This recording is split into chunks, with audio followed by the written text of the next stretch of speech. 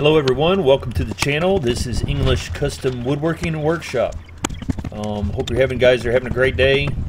I got a lot going on in this video. There's sheeting, house wrap, footings, insulation work, flooring prep, structure stuff. So stick with me and I hope you guys enjoy the video.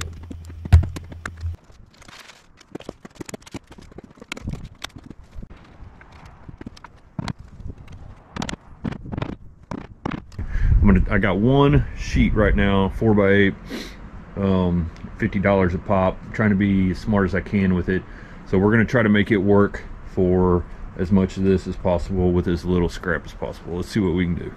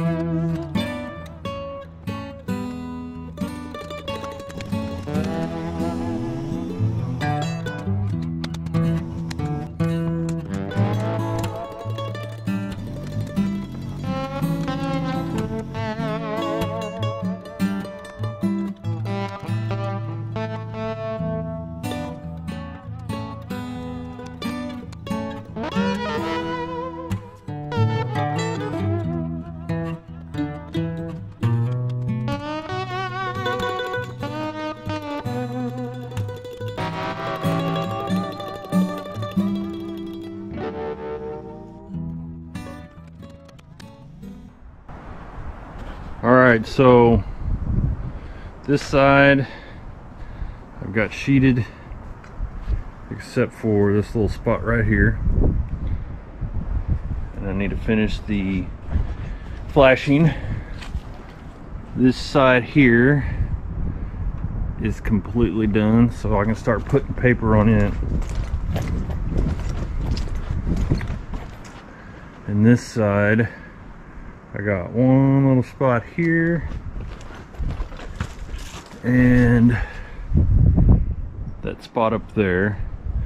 So I went through that whole 4x8 sheet and all I was really left with was that as far as scrap goes.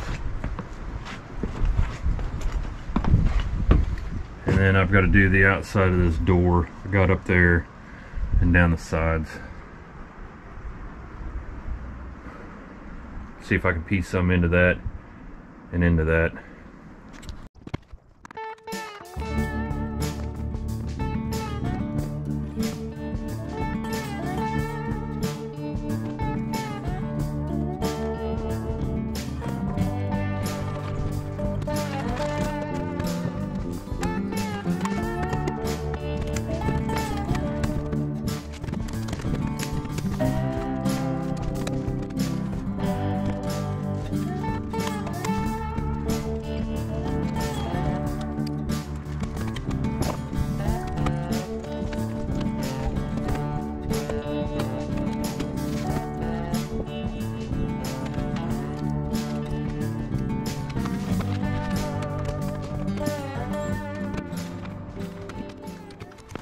I've got these posts out here for the windows that need to get wrapped so I can get the windows in. I already did this one just to make sure it would work with what I was wanting to do. So I've got some, this is actually 15-pound felt. I got a couple extra rolls of it. That's why I'm using it. It'll work perfectly. It's actually a little bit of an overkill, but this is what I'm using. And basically, just like roofing, start at the bottom and overlap on your way up. And that's what I've done here. And then after I get all these in, then I'll do the top. So I'll work on this one here next.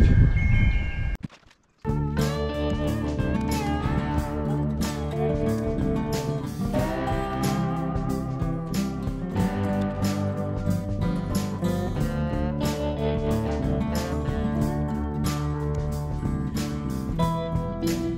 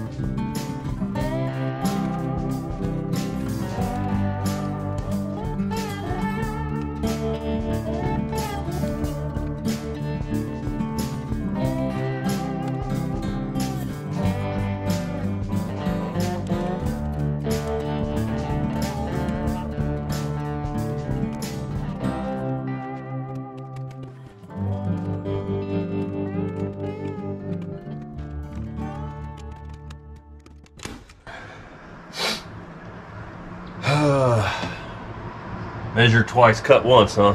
I guess I should practice what I preach.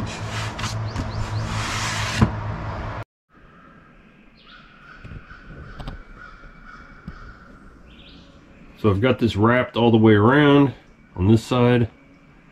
So the door frame and these 3 windows on the north side.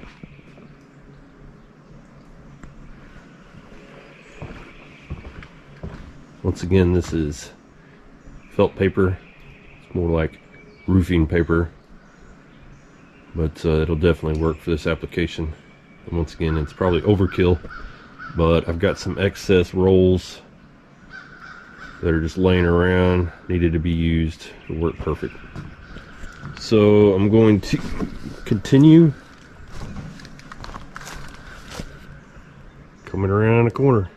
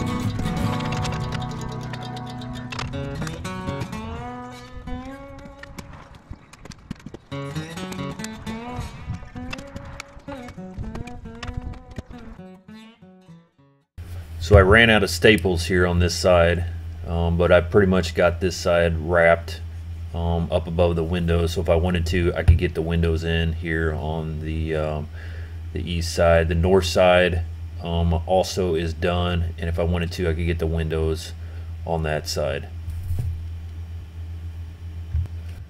Still trying to figure out whether I want to put the windows in at this time, but if you hang in for just a little while, you'll see there's a change of plans. We are back on the front porch slash sunroom project. It's been a hot minute since I've recorded anything on this. It's kind of been slow going with a few things.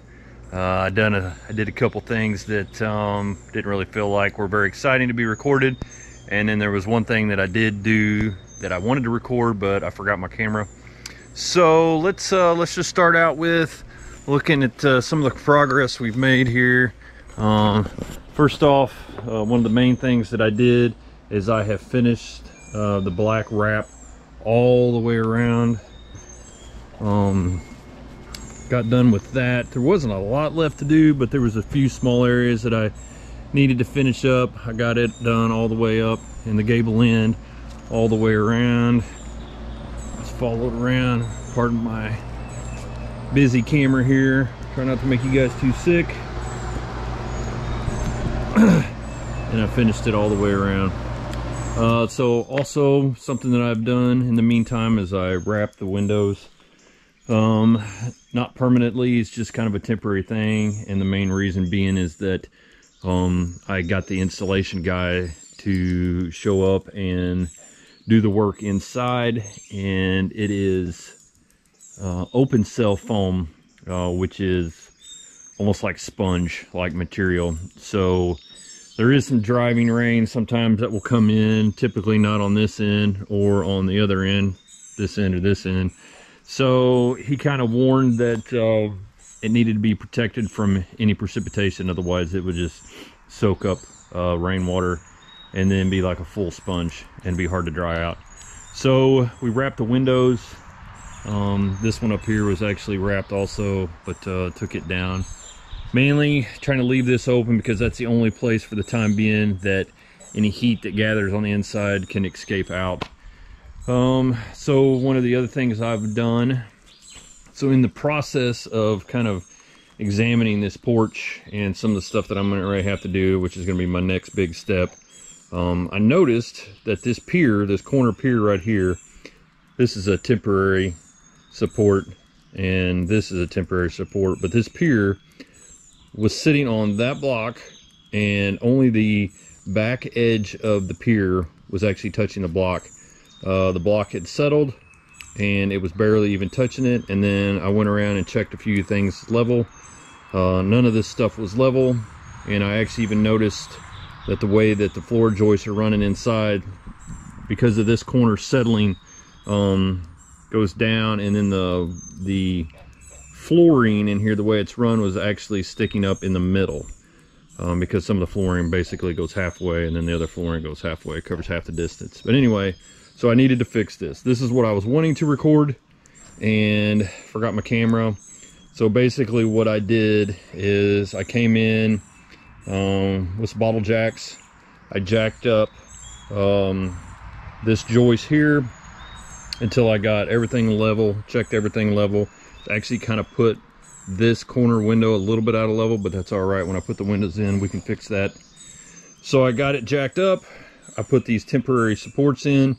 I was able then, this was probably 5/8 to 3/4 of an inch off that block at that time, so I slid the block out. I dug a hole and filled with concrete, and then I put in this. I had a little bit of a brain fart whenever I was recording this, but basically I just made a homemade concrete form to create a little square to kind of have a finished look whenever I take it off. And then filled all this in and basically tampered it where it went right directly underneath that pier. So now that pier is directly sitting on that where everything's level. So it's been a couple of days, probably 3 or 4 days since I did that. So I can take all that off now. I can take out these 2 temporaries and it should still be not going anywhere. I know this is not ideal, this is not perfect, but this is way better than what it was. And actually this pier here, if you'll notice, it is sitting on a concrete block. But with this being a way solid, more solid pier here, I don't think that it's going to affect this near as bad. Not as much weight is going to be on that in the middle. So this is probably going to outlive me by far. It's not perfect, but it's way better than what it was. So here in a little bit, we'll bust all this off. We'll take out the temporaries and see what happens. It should stay still, not move. So the other thing that I did that I have not videoed or did not video was the insulation guy showed up. So I had blown in open cell insulation put in all the way across the bottom, and he blew in open cell insulation up in the rafters, and then also in this wall here, the outer wall, this outer wall, and then he put a cardboard backing like material in these little spots, and then he just sprayed to the backing, filled up, and he filled up this up here. So this is exactly what I was wanting. This is probably an R20 or close to an R20 or just above up here, and these down here are probably more like an R16 or a little bit less, which is fine. It's adequate for what we're doing. Once again, we're just turning a porch into a sunroom. He wanted me to go ahead and put all the windows in before he did the insulation, but we'd have had to tape those off and put plastic on those too. And I'm gonna do a whole lot of work in here on this floor, and I didn't want to put the windows in yet because I was afraid that I was going to damage or could possibly damage the windows in the process of the labor that I've got to do in here. So to me, the best bet was to just plastic everything to protect it, do this work, get this part done, which is going to be kind of extensive, And then whenever I get the subfloor put in here, then I can put the windows in. And then actually after I put the subfloor in, I can do a bunch of stuff in here. But anyway, so the insulation part's done for the walls and the ceiling at least. Before I put the subfloor in here, when I pulled all this up, I've got to do a little bit of work for critter proofing out here on the outside this corner. And then I'm going to insulate this before I put the subfloor down, so the floor is going to be insulated too. Because basically, as if you notice watching the videos, you know, there's air that can get in below this. So cold air, winter, hot air in the summer. The other parts over here, and I think I mentioned this in some previous videos, there's kind of a critter-proof screen wall here that had already been done in the past, and all the way around, and then this goes all the way back to the house. So this part here is what needs to be still critter-proofed, so we'll get that done at some point too. But let's start out with working on this. I'm going to knock this apart, take these out, make sure everything's good to go. I did not realize that whenever I recorded this that I didn't really talk about why I chose to use spray foam, and then also the choice between the closed cell foam versus the open cell. So I chose to use spray foam mainly because of the ceiling. I'm gonna leave the ceiling finished as the foam. I'm not gonna cover it up. I'm gonna paint the rafters, but the foam will be left exposed on the ceiling. And I didn't want to do that with bat insulation or any other type of insulation. So kind of a complicated situation with the contractor that I chose to use to do this. He only wanted to do a certain amount of square foot. This actually to him seemed like a small job and didn't really want to show up. I had a hard time getting him to show up. But anyway, so I went ahead and did all the areas that needed to be insulated with the open cell, just because I needed the square footage to get the guy to show up. So some differences between closed cell versus open cell. Obviously the closed cell is way more expensive. It's almost triple the cost versus the open cell. The closed cell has an increased R value versus the open cell. I'm not exactly sure the stats on that, but I know that the closed cell has a much higher R value than the open cell. The closed cell is waterproof, so you can spray it in an area and it will basically seal that area, and you don't have to worry about water penetration. Versus the open cell is kind of like the way it finishes. It feels like a kitchen foam scrub pad in texture. You can press on it and it'll compress. The closed cell is basically rigid. You cannot press it anymore. And the main thing is that the closed cell is not recommended on a application like this with on a ceiling, the roof, in the rafters. So in the rafters, the way that the structure is made in this application, so you've got rafters, then on the outside before the roofing is put on, you've got sheeting that's laid down. It is a wood sheeting, and then you have a metal roof that is put on top of the sheeting, and then screws are put through the metal into the sheeting. So because of this situation, you don't want to use closed cell because it will waterproof from the bottom. And if you have a leak in the future with one of those screws that went through the metal roofing into the sheeting, then you'll never know that that's leaking, and it will rot above that foam, and you'll never know it. It'll be behind it. So it'll rot, you'll have an integrity issue, and then you'll have a catastrophic issue at some point. But with the open cell, if you spray it up there, if you ever get a leak, it will eventually drip down through that foam, and it'll actually drip down. So you'll know that there's a leak almost immediately. So you can use the closed cell in a ceiling application if you have like metal on metal. So if you've got like a metal barn that's post frame, or that's red iron or something, that you've got metal roofing attached to a you know, steel purlins, steel beams, stuff like that, then, you know, that would actually be a good application, because that will help seal that area with the closed cell. You get a higher R value against that metal, and especially noise, rain, things like that. But you don't really have to worry about whether it leaks on that metal or not. It's not going to rot the metal on a steel situation. So anyway, that's why I chose what I chose. Hope that explains it a little bit. Now let's get back to work and get back to the video.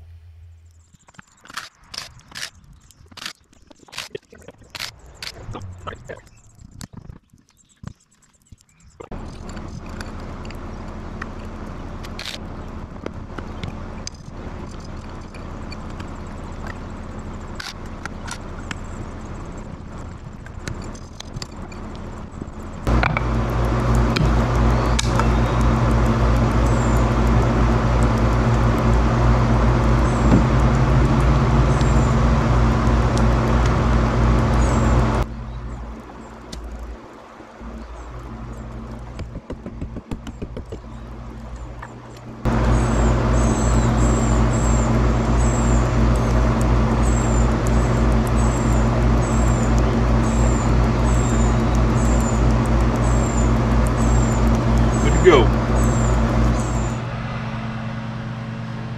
So the next thing I want to do today is work on getting the boards up on the floor on this side of the porch. My seams for the boards here are staggered, but I can pull all this side up.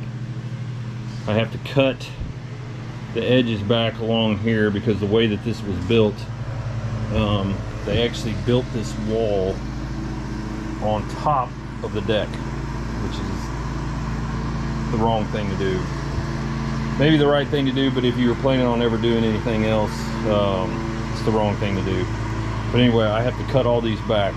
Another issue that I have is that there are piers in here, but this wall sitting on top of the deck, which is sitting on top of one joist through here. So I've got to beef these joists up, plus I have to create a nailing edge, so when I put these boards back down, I've got a nailer, just like I did on the outside of the wall. I beefed up that joist and then created a nailer at the same time for whenever I put them back down, I got something to nail to. So I'm going to work on this side over here to start out with and see how it goes.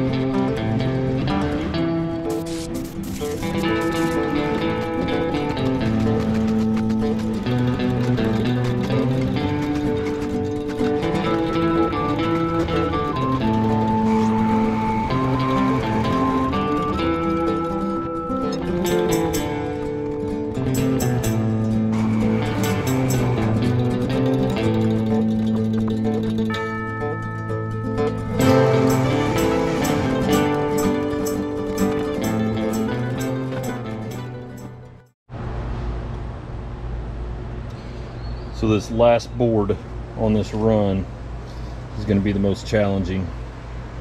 It's hard to see. I'll try to get up close here.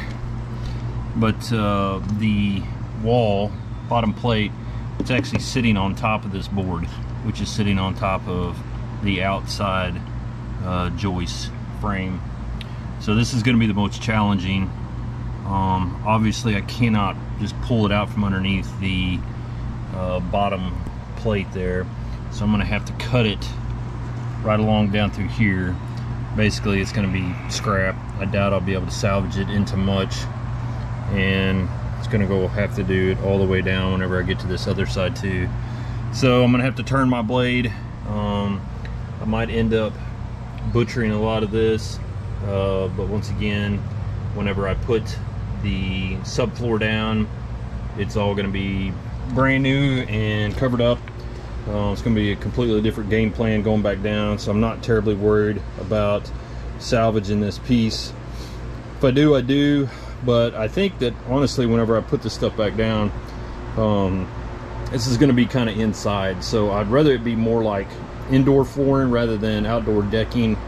It's going to be not gapped, it's going to be butted up against one another, and that means that everything will kind of be tucked in. So I'm going to be shy boards anyway when it comes to putting the flooring back down. So if I butcher this and I can't use it, I'm already going to be shy. I'm already going to have to buy some other type of material to supplement what I'm doing back here. So it's all right, no big deal. I got to get this off, so if I butcher, I butchered. If I don't, more power to me, but it's got to come off.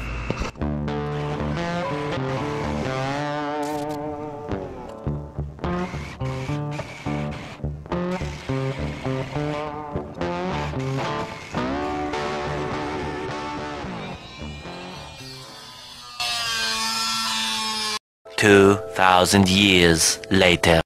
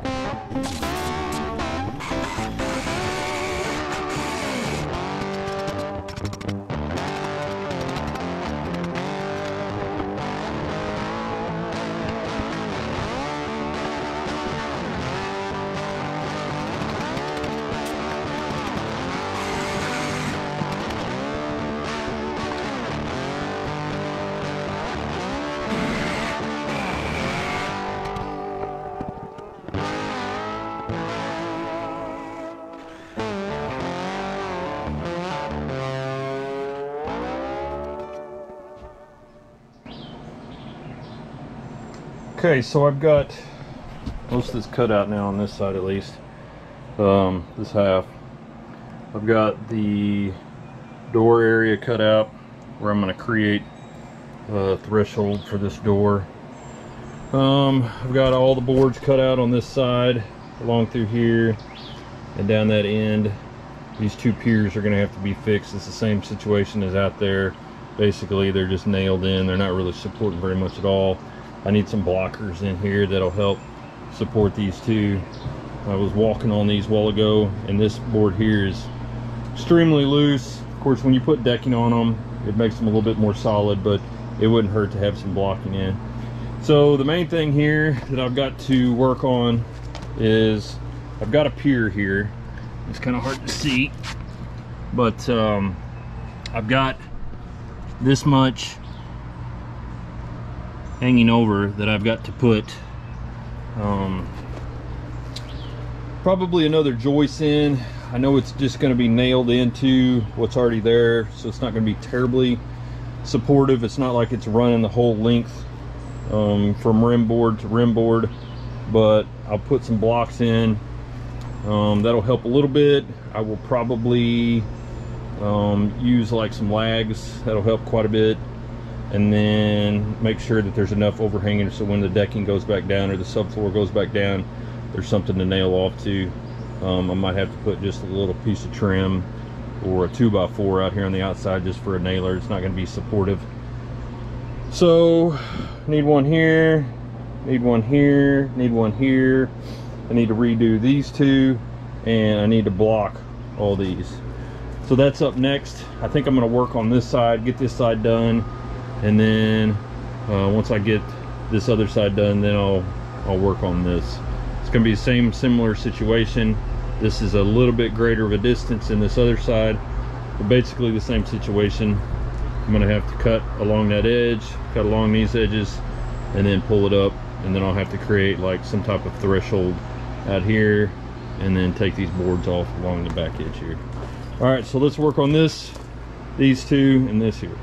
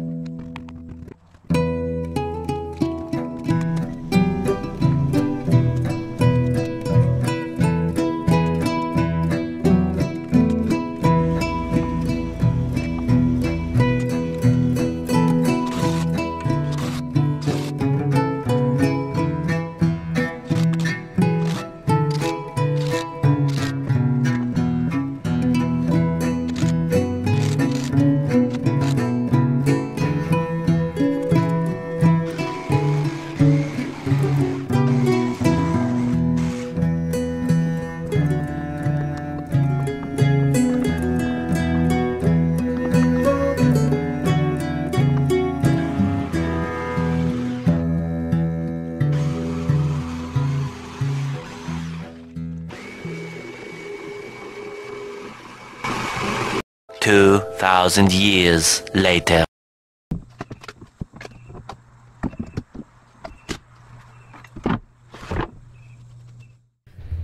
I think I'm going to wrap up part 4 of the porch renovation video right here. I'll pick up where I left off on the next video. If you made it this far, I appreciate the view, and as always, appreciate a thumbs up or a like. Subscribe to the channel if you haven't. Leave me a comment and share the video if you want. Remember to measure twice and cut once, and I'll see you on the next video. Have a great day.